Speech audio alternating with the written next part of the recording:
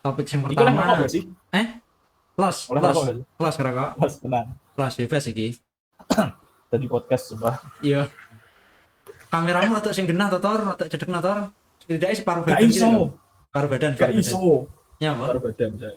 Nah, Kamera anu iki soalnya kamera laptop angel. Aku ambil kamera eksternal. oh, Cuma bos kena murah. Gak harus suwi. sinyalmu rada angel ya iki ya. Nggak hotspot sih aku. Paling yo entek gede. Karena masalah. Paketanku sih 100 giga ternyata. Gila, 100 giga cuy. XL anu, apa kadang 6 sasi pisan anu enak. Apa Enek jenenge? promo. Enak diskonan. Oh, Sumpah, bayangkan guys, 150 giga ya mek 1.000 loh. 150 giga, 1.000. Uh, Iku apa? Pakai operator apa? XL. XL. Mbah Oh iya. nomor tertentu apa emang maksudnya kabeh kena diskonan gak roh. Kayak nomor-nomor cantik gitu ya, nomor cantik gitu ya. Oh. Itu nomorku biasa. Iya toh, judi iya toh, judi. Gimana? Kita mulai dari mana ya? Ya Judi. maksudnya gini. Maksudnya kan ya sama tahu sendiri lah di sekitar kita ya rekan-rekan ya temen ya banyak lah yang hari-hari yang dibuka apa apps judi, kemudian yang mereka bicarakan ya ada beberapa juga yang membahas tentang itu, dan itu sudah sangat familiar gitu loh. Nah, kira-kira apa ya yang bikin mereka seperti itu? Hmm, mulai dari awal ya. Lek soal judi, itu sebenarnya ini sudah bisa dibilang sudah dimulai sejak lama sih. Ya, Maksudnya bukan kayak di dunia itu judi sudah dimulai sejak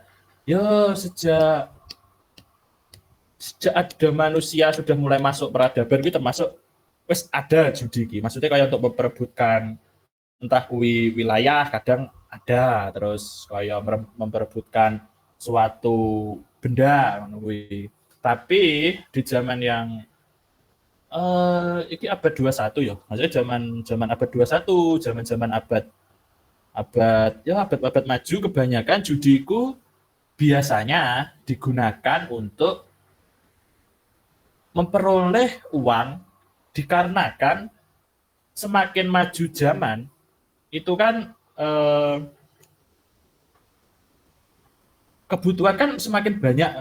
oke. Tapi dari kebutuhan yang banyak itu tidak didukung oleh pemerintah yang baik. Makanya kebanyakan masyarakat itu menggunakan judi sebagai cara cepat. Gitu. Oh, jadi mereka kayak misal mereka dapat untung ya untung sekalian, ketika mereka rugi hancur sekalian. Toh kita hidup di negara yang secara pemerintahan dianggap mereka itu nggak sesuai apa yang mereka harapkan gitu ya. Benar. Soalnya gini, kalau untuk negara-negara di luar negeri, entah itu Amerika, entah itu Singapura. Singapura, itu judi dilegalkan karena pemerintah itu paham banyak orang-orangnya itu berjudi untuk memperoleh uang secara cepat dan itu bisa dimanfaatkan untuk memaksimalkan pendapatan sebuah negara. Sedangkan untuk negara berkembang yang pemerintahannya ya begitulah, itu pemerintah seolah-olah apa ya, untuk rakyat kecil itu kurang mengerti lah soal kebutuhan, soal ya sandang money pangan gitu. manajemen mereka masih kurang begitu memahami money manajemen. Jadi ketika judi itu tidak dilegalkan, harapannya ya mereka bisa lebih mengatur kebutuhan mereka nih, kan? Takutnya Nah, benar. karena pengetahuan akan money management mereka kurang, kemudian judi dilegalkan, itu akan membuat perekonomian mereka itu akan buruk juga, akan jatuh juga gitu kan, dan dampaknya akan ke kemakmuran bangsa dan negara gitu kan ini. Benar. Seperti contohnya ikilah waktu siapa sih itu? Gubernur Jakarta Ali Sadikin apa siapa ya? Pak Ali Sadikin kalau nggak salah. Itu kan kayak kasino, kayak ya judi-judi kan dilegalkan. Oh, sempat Otomatis kan Sempat Sempat, dilegalkan. Oh. sempat. Itu kan mendobrak pendapatan DKI Jakarta kalau nggak salah itu bentar, tahun 1966. Itu dia diangkat menjadi gubernur Jakarta. Dan Pak Ali Sadikin ini melegalkan judi untuk mendobrak pendapatan dari DKI Oh. Jakarta. Mungkin dari pajak pajak daerah itu bisa naik dan bisa Nah, diambil benar, dari judi itu. Dan benar, endingnya ditutup juga kan, atau diganti juga kan regulasi tentang legalitas perjudian itu ya. benar. Soalnya ya itu, kalau sebenarnya kan kalau di dalam syariat itu judi kan emang haram hukumnya. Iya. Soalnya tidak ada apa ya kayak Lebih eh banyak mudaratnya lah ya. ya lebih banyak mudaratnya. Tapi kalau emang soal kayak di pemerintahan di negara itu sebenarnya bisa. Saya tidak menyuruh untuk melegalkan judi, enggak. Cuma kalau memang ingin itu sebenarnya bisa. Kayak inilah di negara-negara maju itu kebanyakan itu kalau dihitung pendapatan orang yang bekerja di judi itu lebih banyak ketimbang orang pekerja kantor. Oh, maksudnya ini orang secara pemilik apa namanya? Kalau tempat judi itu kan kasino ya? Pemilik Kasino. kasinonya atau mereka yang sebagai pelanggan atau sebagai orang yang menggunakan fasilitas kasino itu. Kira-kira dari perspektifmu mereka ini banyak yang mana, Pak? Kalau dari perspektif lebih banyak ke orang yang pengelola kasino dan orang yang bekerja di kasino tersebut. Soalnya Oh, kalau dihitung dari apa ya, dari hitungan 100% itu 50% kembali ke pemilik kasino dan sekitar 30 sampai 35% itu ke bandar. ke bandar. Jadi Bandar. wait. Berarti dalam satu struktur eh, kasino ya itu masih Hmm. ada pelanggan atau mereka yang menggunakan jasa-jasa yang ada di kasino, ada pemilik kasino, ada bandarnya juga gitu, ada beberapa step gitu, ada beberapa Enggak, struktur gini gitu ya. Pak. Kalau di kasino itu ada yang pemilik alias yang memiliki kasino tersebut. Owner lah ya. Dan untuk bandar di sini seperti orang yang ini yang membagikan kartu. Oh, mereka kayak distributor kartu slotnya itu sambil Nah, nyari customernya gitu dah. Beda. yang ini loh yang biasanya kalau pernah lihat blackjack. Iya. Nah, itu kan biasanya ada bandar yang memberikan kartu kan ke Heeh. pelanggan. Nah, itu biasanya bandar itu bermain kadang dia mengambil keuntungan sendiri dari pendapatan yang didapat dari pelanggan. Oke. Jadi dia tetap mendapat gaji dari pemilik Kasino. kasino, dia juga mendapat uang dari pelanggan gitu. Iya. Intinya kan dia mendistribusikan kartu itu kan ke pelanggan kan? Atau gimana? Atau dia pemilik kartu itu atau gimana? Atau dia bekerja sama dengan pemilik kasinonya? Kayak inilah, kayak waiters itulah. Oh, oke.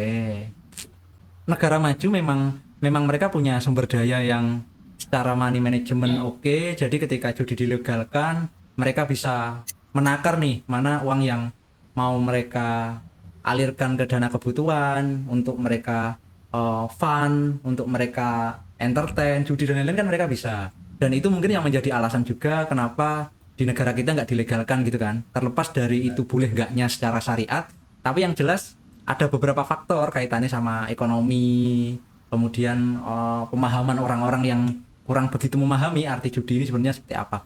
Tapi Tor, kalau kamu lihat yang terjadi sekarang, meskipun judi kan tidak dilegalkan di negara kita, tapi dampak yang dirasakan itu menurut kamu gimana? Dampak tentang apa? Tentang orang-orang yang berjudi?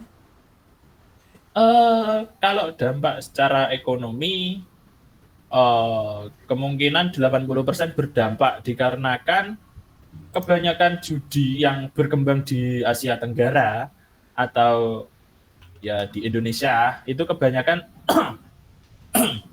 memang ada yang bilang itu berasal dari Singapura, Kamboja, Thailand juga Filipina, tuh. Thailand. Tapi itu cuma perantara. Negara itu cuma perantara. Oh, untuk menaruh database sistemnya saja di sana. Karena di Benar. negara kita kan pasti nggak bisa. Benar. Oke, terus. Dan kebanyakan uang yang mereka dapat waktu bekerja itu disetorkan kembali ke negara-negara maju. Seperti contohnya Amerika, seperti itu. Oh, jadi ada indikasi bahwa dalang dari sistem judi ini, meskipun dimanapun tempatnya, meskipun di negara berkembang pun, yang kita bilang lah, Indonesia, Kamboja, Singapura, bukan Singapura ya, Thailand, itu tetap otaknya ada di negara-negara maju ya. Ya kita nggak sebut lah Nah, Amerika dan lain-lain ya. Ada indikasi benar, seperti itu. Ini kan kita nyebutnya kan dugaan kan ya. Makanya kita nggak berani bilang juga faktanya seperti itu. benar. Dan untuk apa ya? Soal judi ini sudah merebak ke kalangan bukan anak muda sih sekarang. Iya. Anak-anak kecil masih entah masih SD, masih SMP itu juga ada. Oh, apa? Biasanya mereka paling Bahkan sering aksesnya lewat apa? kebanyakan itu website domain bisa atau Apps. mereka kalau apps itu bisa cuma terbatas kayak Oke. permainannya itu. Oke. Jadi memang semudah itu ya. Bahkan anak-anak kecil, anak SMP itu sudah bisa mengakses ke platform-platform judi ini ya. Benar. Sebenarnya ya, ini yang lucu. Ini kan jadi PR juga di negara kita tentang merambaknya kasus perjudian ini kan. Ini sebenarnya kan sudah lama jadi perbincangan juga. Tapi yang lucu itu sebenarnya gini, ketika pemerintah itu bilang bahwa akan melawan yang namanya judi kan, karena dampaknya kan negatif kan. Tapi realitanya sistem mereka ini kalah dengan sistem yang dibangun oleh sistem besarnya judi. Kita nggak tahu ya, kita tahu sendirilah ya sistem pemerintah kita seperti apa. Mungkin kalau kamu cari sekarang Peduli Lindungi yang dulu menyimpan data-data kita, yang waktu COVID 2020, sekarang Peduli Lindungi jadi apa? Jadi situs judi juga kan. Jadi Ya. yang lucu itu gini, kita ini berperang dengan judi itu tidak hanya tentang ideologi saja. Kita menanamkan ke generasi muda, judi haram, judi nggak boleh, judi itu merugikan. Ya bisa. Tapi di lain sisi, ada sebuah keilmuan sistem yang akan kita perangkan juga, kemampuan teknologi yang akan kita perangkan juga. Kita bilang perang, pemerintah bilang perang, tapi mereka nggak bawa senjata apa-apa, teknologi kalah, sistemnya kalah, ya kan? Bahkan sistemnya pemerintah yang seharusnya kuat menyimpan data pribadi rakyatnya, masyarakatnya bisa terbobol oleh sistemnya judi kan gitu kan? Kayak gitu. Ini, Benar. ini sebenarnya jadi pukulan pukulan telak juga untuk pemerintah kita sebenarnya. Tapi yang paling enak kalau dibilang apa ya? Kenapa masyarakat kita itu suka judi dari kecil? Itu bisa dilihat dari game. Oh, Game yang gacha kebanyakan gitu itu loh. Kayak apa? gacha-gacha gitu loh, gacha, terus spin kayak gitu loh. Mereka kan sangat Ya, familiar dengan benar. itu ya. Benar. Game-game gratis itu kebanyakan menggunakan microtransaction yang digunakan dengan cara gacha itu. Oke. Oke Dan sih. itu apa ya? Kayak game Mobile Legends lah itu kan anak TK loh sekarang udah tahu Mobile Legends. Oke, Mereka oke. udah tahu gacha itu apa, ngespin untuk skin, itu udah termasuk judi. Dan masalah judi ini bisa berkembang. Maksudnya kalau kita ambil apa ya, ambil entah itu benang merah itu bisa berkembang menjadi masalah korupsi dan masalah ini penjualan organ. Oke, oke. Sebelum kita bahas tentang penjualan organ ya, jauh ke penjualan organ, aku sebenarnya masih tertarik dengan konsep spin di game atau apa ya, gacha di game dengan konsep judi. Sebenarnya kan secara konsep kan sama. Kita memberikan sesuatu untuk mendapatkan sesuatu yang lebih besar. Tapi kan kebanyakan Nah, kita misal top up berapa ratus diamond, ternyata dapatnya cuma apa skin atau apa yang tidak kita harapkan, itu kan sebenarnya konsepnya kan judi. Jadi menurut Victor ini konsep judi yang dibawa dari game ternyata berpengaruh terhadap psikologis anak dan mereka bisa saja terpengaruh untuk ke judi yang memang komersial atau judi-judi yang sekarang merambah menjadi PR negara kita ini ya, berarti itu sangat mungkin ya, dari konsep mereka yang seneng gacha di game dan lain-lain tiba-tiba merambah ke judi gitu, ataupun mereka berpindah ke judi gitu. sangat mungkin sekali. Soalnya kan kalau di game zaman sekarang ya, itu kan ada kayak gacha skin, entah gacha item, itu kan ada persentase. Persentase dapat item ini berapa, persentase dapat item ini berapa. Nah, itu pun kalau kayak kita bilang game seperti CS:GO, seperti Mobile Legends, itu kan kita tidak dikasih tahu persentase untuk dapat skin ini berapa, dapat item ini berapa. Jadi kita kayak membayangkan, aku ingin skin ini, apakah bisa? Enggak. Terus karena kita nggak bisa dapat, kita top up lagi. Habis top up kita belum dapat kan, belum tentu dapat kan itu. Langsung ibaratkan kalau emang kita benar-benar hoki, itu paling cepat dari persentase 100% itu di angka sekitar paling besar itu 10% hoki kita. Oh, itu kalau kalau kita tergolong hoki loh ya. Dan bisa dikatakan kan kalau hoki itu kan yang ya diamond ataupun sumber keuangan yang kita keluarkan untuk sebuah game itu kan nggak sebanyak itu. Tapi kan konsep hoki itu kan kita nggak bisa memprediksi kan kapan orang akan hoki, kapan orang akan enggak gitu. Tapi kebanyakan gimana? Kebanyakan kan mereka banyak yang nggak dapat juga kan. Nah, makanya setelah mereka nggak dapat, itu mereka akan top up lagi Oh, sampai oke. Memang konsepnya sangat mirip dengan konsep judi intinya gitu ya. Sangat mirip dengan ya. konsep. Tapi banyak juga, maksudnya gini-gini, kita nggak mau pakai kacamata kuda ya. Bukan berarti yang mereka sering main game, mereka gacha, kemudian mereka judi juga kan nggak pasti seperti itu. Nggak mungkin seperti itu juga. Ada beberapa yang memang ya mereka game cuma untuk have fun, soft reward, untuk apa ya namanya, entertain diri dia sendiri kayak gitu, mengusir penat dan lain-lain. Mungkin dengan dia top up dia jadi senang jadi gitu. Dan ada juga yang mereka nggak terjun ke judi juga, mereka tahu kalau judi itu salah dan game itu hanya have fun, jadi ini dua hal ini sama mereka dipisahkan, nggak disatukan gitu. Dan mereka ada beberapa orang yang memang seperti itu ada gitu. Tapi yang sebenarnya jadi pembahasan kita ya, sebenarnya yang arah tujuan kita ini sebenarnya ada nggak sih peran pendidikan gitu kan, karena kan kebetulan startup kita ini kan startup pendidikan kan, startup Gen Z kan, perannya untuk pendidikan salah satunya. Ada nggak sih peran pendidikan untuk bisa setidaknya membentengi para generasi muda agar minimal tahu bahwa judi ini salah dan mereka nggak mau melakukan gitu loh. Kalau dari dunia pendidikan bisa itu benar, dibilang tidak itu benar. Soalnya untuk zaman sekarang kan kalau untuk masuk SMA favorit, SMK favorit itu kan kayak dibikin zonasi. Oke. Nah, dari zonasi tersebut kan ada yang orang dari luar zonasi ingin ke sekolah tersebut, mereka kan kayak ya itu gacha persentase apakah bisa masuk apa enggak. Itu. Dan lagi-lagi di sini konsep judi itu diterapkan. Iya kan? Bener kan? Jadi bener. Soalnya waktu apa, Pak? gini.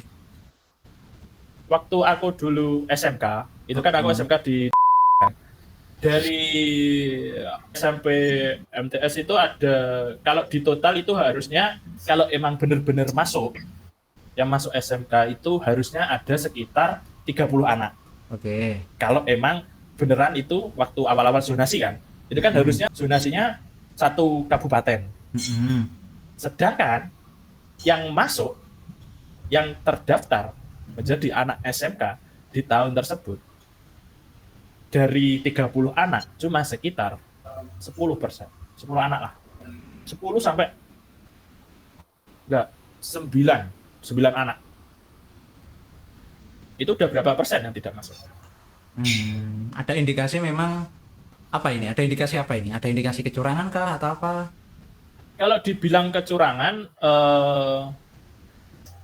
zaman waktu itu kan belum kayak sekarang kan, maksudnya kayak ujian kayak itu enggak, cuma emang yang masuk zona tersebut kayak punya privilege untuk bisa masuk sekolah tersebut gitu. Oke. Ujian Jadi masuk tidak ada. memang secara sistem di pendidikan kita pun sebenarnya ada problem gitu loh. Makanya ketika Benar. kita memberikan tugas berat ini untuk sektor pendidikan kaitannya sama meminimalisir dampak judi dan setidaknya memberikan education kepada generasi muda tentang judi ini sebenarnya juga PR yang berat karena mereka pun juga punya masalah sendiri kan kaitannya sistem gaji para guru honorer khususnya, kemudian banyak hal lah, fasilitas, banyak sekolah-sekolah yang belum memadai juga, sekolah-sekolah yang mungkin belum dibangun di pelosok gitu kan. Jadi Nah, yo memang kita nggak bisa cuma mengandalkan satu sektor untuk meminimalisir dampak dari judi ini, karena di situ dalam satu pendidikan seorang anak kan ada pendidikan keluarga, ada pendidikan sekolah, ada pendidikan lingkungan, kan banyak hal kan. Makanya ketika kita mau membangun budaya anti judi, ya kita harus membangun semua sektor, tidak hanya pendidikan doang. Dan aku sepakat sama Victor bahwa ya pendidikan aja masih banyak problemnya, gitu. Masih banyak masalahnya gitu loh. Kenapa apa ditambah lagi dengan masalah seperti ini kan ya sulit juga. Mungkin sebenarnya masih penasaran sih kaitannya judi dengan organ itu, kenapa kok judi dengan jual beli organ itu kira-kira apa itu? Maksudnya kan itu kan judi kan kaitannya sama uang dan lain-lain. Sebenarnya jual organ juga uang ya. Tapi kan itu kayak dua sektor yang berbeda gitu loh. Iya kan? Tapi kok bisa uh, ada keterkaitannya itu seperti apa itu? beberapa bulan belakangan ini kan ada berita beberapa orang itu bilangnya bekerja di luar negeri. Katanya entah menjadi asisten rumah tangga, entah menjadi tukang bangunan. Tapi setelah beberapa saat itu ada kabar kalau mereka itu meninggal di luar negeri, tepatnya di negara Kamboja. Nah, setelah mereka dipulangkan untuk dimakamkan, itu ada indikasi bahwa organ dalam mereka itu hilang. Entah itu ginjal, entah itu ya paru-paru, tapi kebanyakan ginjal. Itu mereka hilang satu. Dan beberapa minggu belakangan ini aku pernah menemukan kayak brosur, itu brosur untuk bekerja di Kamboja, bilangnya menjadi asisten rumah tangga, dan mereka mencari umurnya masih muda. Cuman ada kriteria yang membuatku bertanya. Ada pertanyaan besar. Kenapa dicantumkan untuk orang-orang yang organ spesifiknya ginjal itu harus sehat? Oh, jadi di browser itu ada tulisannya tertera gitu. Ginjal harus sehat gitu. Iya, organ dalam harus sehat. Organ dalam harus sehat. Oh. Kan kita sevulgar itu kalau, ya mereka menyampaikan informasi ini ya. Kalau kita kayak melihat asisten rumah tangga di negara lain lah, paling kan cuma umur, terus kayak kriterianya kerja gimana, terus pembayarannya gimana kan. Nah, di brosur tersebut ada kriteria tersebut. Makanya di sini ada pertanyaan, kenapa mereka menginginkan ART atau entah itu TKI yang organ dalamnya itu sehat? Oh, mungkin secara pembahasan bukan organ dalam sehat gitu, tapi berbadan sehat gitu-gitu mungkin ya? Enggak. Badannya sehat, beneran tidak organ dalam. Tidak punya riwayat sakit gitu-gitu enggak? Atau spesifik enggak. Organ dalam sehat? Spesifik organ dalam sehat. Tempat baca brosurnya? Ada.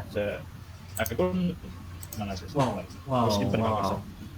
Jadi bisa dikatakan orang yang percaya dengan brosur ini dan mereka pergi secara intelektual bermasalah dong pasti. Iya nggak sih Mas Noval? Iya, benar. Maksudnya gini loh, kita secara logis orang biasa lihat organ dalam lengkap, sedangkan kita ada banyak isu yang pergi ke Kamboja itu ada isu tentang beberapa kasus yang kaitannya sama organ dalam. Kemudian kamu ada orang yang berangkat, berarti secara intelektual, secara pemahaman kan ada masalah nggak sih? Ya kalau dibilang ada masalah ya masalah, tapi balik lagi itu kan pasti ada penyebabnya, asal muasalnya gitu. Kita tahu kondisi ekonomi sekarang seperti apa gitu kan, itu tentu akan berpengaruh gitu kepada diri seseorang, karena kondisi ekonomi yang tidak stabil atau tidak mapan itu bisa mempengaruhi kondisi mental terutama terhadap seseorang, sehingga ketika mentalnya sudah goyah juga tentu pikiran logikanya itu juga akan goyah. Jadi akan lebih mudah untuk mereka percaya daripada untuk mereka berpikir kembali. Karena kondisinya memang memaksa mereka untuk mencari jalan apapun demi mendapatkan uang atau pemasukan. Sehingga banyak dari mereka mungkin yang akhirnya juga ya udah terjun aja gitu. Karena apa? Karena kondisi ekonominya lagi buruk. Gitu. Jadi memang ketika orang kondisi ekonominya tidak stabil atau lagi buruk, ya mereka akan mencari jalan apapun itu untuk mendapatkan uang. Dan itu adalah permasalahan utama yang sekarang banyak kita ketahui memang kondisi ekonomi negara kita seperti itu. Oke.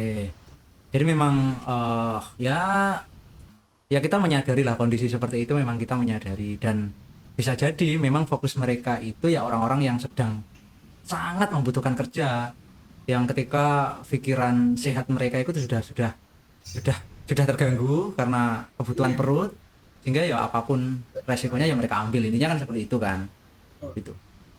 Dan banyak loh ya yang mereka sampai, karena semua fasilitas kan dikasih, berangkatnya, terus kemudian tidurnya di sana, kemudian itu juga termasuk salah satu daya tarik yang akhirnya mereka mau untuk mengikuti itu, karena itu. Jadi ada iming-iming di depannya sebagai umpan untuk mereka datang, kemudian kasihlah syarat-syaratnya, namun mereka mungkin ada yang ya tadi tidak terlalu memperhatikan syaratnya, yang penting ada syarat yang masuk ke mereka bisa ke sana, mereka oke dengan hal itu, agak. Oke. Mungkin gimana, Tor? Sudah ketemu brosurnya, Tor? Sepertinya di take down sih. Di take down itu berarti postingan apa? Instagram, YouTube, apa? Facebook? Postingan Instagram. Oh, Instagram. Di take down, bener. Sudah di take down. Dari salah satu platform besar, kecil, atau terkenal? Platform berita besar sih. Berita besar. Wow. Berita besar menyiarkan brosur tentang kebutuhan tenaga kerja yang ini ada indikasi kaitannya sama jual beli organ. Wah, ini juga jadi masalah juga sih. Kalau nggak salah mereka itu diiming-iminginnya ke Thailand, karena mereka anggapnya oke lah, Thailand kan aman. Ketika ke Thailand dan dari Thailand ke Kamboja kan regulasinya tidak sesulit ketika di Indonesia kan. Kalau di Indonesia kan kita mau ke Kamboja kan dipersulit karena tahu ada kasus seperti itu. Oleh karenanya para oknum ini mereka melakukannya dengan mengirim calon tenaga kerja ini ke Thailand dulu baru dikirim ke Kamboja. Gitu kalau yang aku baca seperti itu artikelnya. Ya sangat menarik sekali pembahasan tentang judi ini tadi, judi kaitannya judi sama pendidikan, terus kemudian ada beberapa oknum yang ada di judi, ternyata judi itu enggak hanya negara berkembang saja, yang kita tahu negara-negara sebagai otaknya itu yang kita tahu adalah Kamboja dan lain-lain kan, Singapura dan lain-lain, ternyata ada negara-negara adidaya yang berperan di situ juga. Kemudian ada beberapa masalah di negara kita yang memang secara internal saja bermasalah, apalagi mereka mau menyelesaikan masalah eksternal seperti judi ini gitu kan. Jadi ada banyak hal problem yang memang jadi PR juga untuk negara kita, khususnya pemerintah, dan kita nggak punya pilihan lain selain kita berharap semoga generasi-generasi setelahnya adalah generasi yang bisa membawa negara ini semakin maju gitu aja.